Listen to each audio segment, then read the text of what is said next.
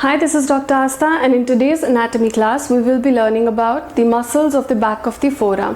Altogether there are 12 muscles in the back of the forearm, out of which 7 are superficial muscles and remaining 5 are the deep muscles. All the superficial muscles of the back of the forearm originate from the lateral epicondyle of the humerus. So in humerus, in the lower part, we have medial epicondyle and lateral epicondyle. From the medial epicondyle, we had all the flexors of forearm that originated, whereas from the lateral epicondyle, we have all the extensors of the forearm that are originating. So it could be either from the lateral epicondyle of the humerus or the lateral supracondylar ridge, which is right above the lateral epicondyle. So coming to the first muscle, that is brachioradialis. The brachioradialis muscle originates from the supracondylar ridge, which is laterally present. So it starts from the lateral supracondylar ridge of the humerus. The muscle is present laterally throughout the forearm. It moves down and gets inserted in the styloid process of radius, which is here.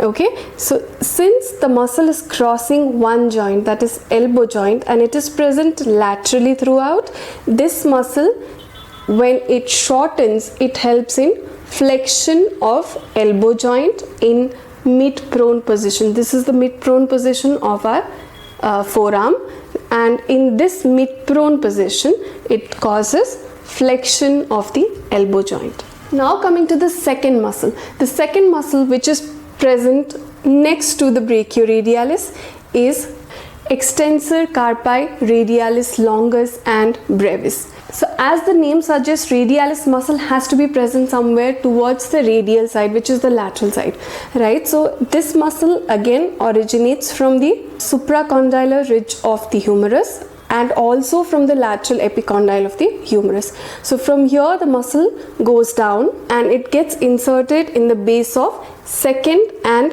third metacarpal. Now since this muscle is crossing the wrist joint posteriorly and it is present towards the lateral aspect, right? So it is present somewhere here.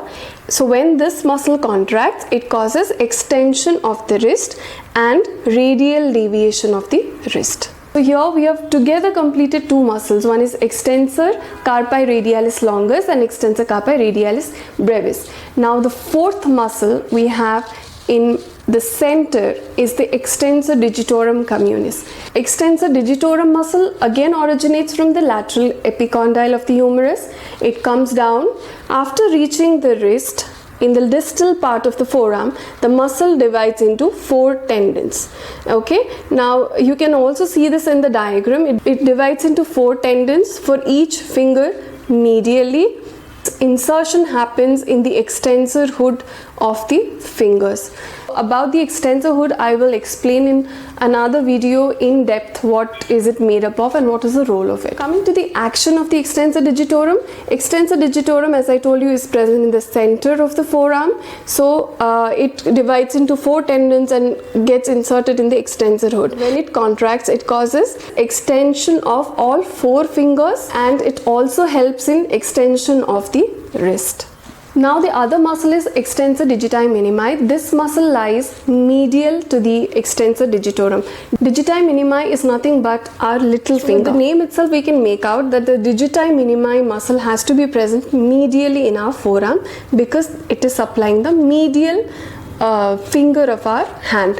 So the muscle originates from the lateral epicondyle of the humerus.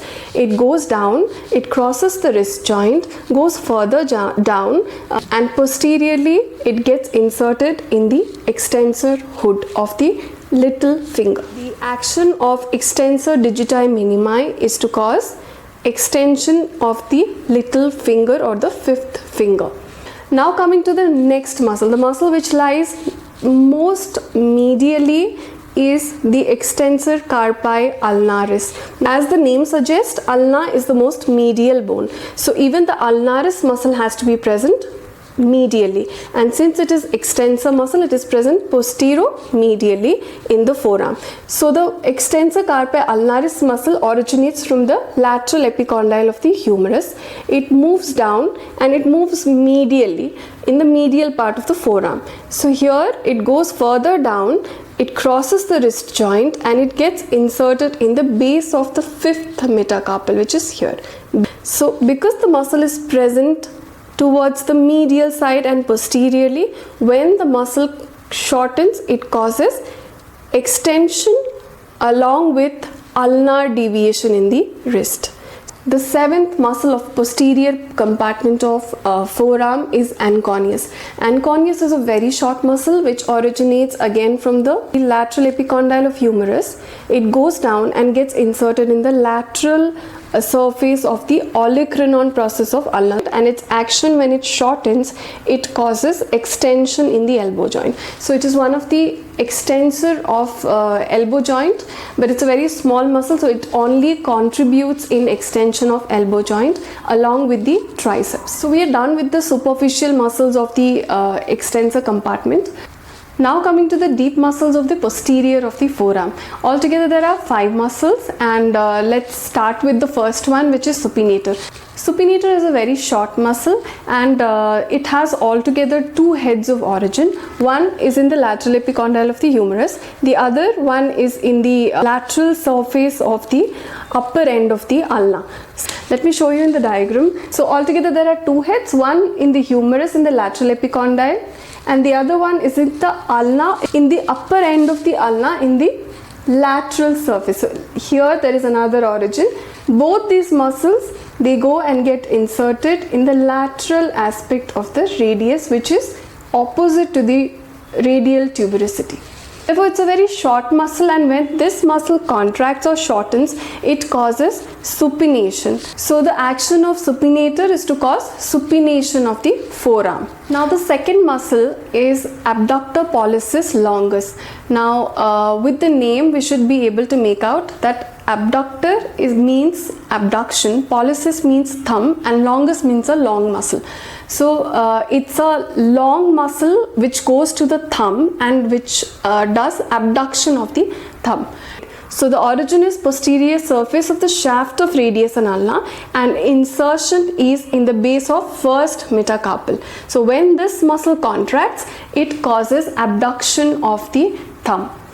Coming to the third and fourth muscle, that are extensor pollicis longus and extensor pollicis brevis. Extensor pollicis longus is a long muscle which causes extension of pollicis or extension of thumb, and the extensor pollicis brevis is a short muscle which causes extension of the thumb. Now the origin of extensor pollicis longus is in the posterior surface of the shaft of the ulna. It also comes from the interosseous membrane. This muscle now goes down, crosses the wrist joint, crosses the carpometacarpal joint, metacarpophalangeal joint, and also crosses the interphalangeal joint of the thumb and gets inserted in the base of the distal phalanx of thumb. Now coming to the extensor pollicis brevis, it originates from the posterior surface of the radius and the interosseous membrane. It goes down, crosses the wrist joint, crosses the carpometacarpal joint, crosses the metacarpophalangeal joint, and gets inserted in the base of proximal phalanx of the thumb. Proximal phalanx is here and the distal phalanx is here. So the long muscle always, because it is a longer one, it goes higher, that is in the distal phalanx, and because the short brevis is a short muscle, it goes and gets inserted in the proximal phalanx of the thumb. So the longest muscle, as it crosses the interphalangeal joint, it causes extension of the interphalangeal joint of thumb. So this is the action done by extensor pollicis longus. Now the brevis muscle doesn't cross the IP joint, it only crosses the metacarpophalangeal joint. Hence, when it shortens, it causes extension in the metacarpophalangeal joint of thumb, also helps in extension of the CMC joint. Now the last or the fifth deep muscle of the posterior of the forearm is extensor indicis. Extensor indicis, with the name itself we can make out that it's a muscle which does extension of the index finger. So the origin of extensor indicis occurs in the posterior surface of the shaft of ulna. Also, it also originates from the interosseous membrane. It goes down, crosses the wrist joint, crosses the carpo-metacarpal joint, metacarpophalangeal joint, and goes and gets inserted in the extensor hood of the index finger. Therefore, when it contracts, when it shortens, it causes extension of the index finger. The nerve supply of the extensor muscles of forearm is quite easy to remember. All the posterior compartment muscles of forearm are supplied by radial nerve. Radial nerve is a branch of posterior cord of brachial plexus. With this, we have now come to the end of the video. Don't forget to like and subscribe my channel. Thank you. Bye-bye.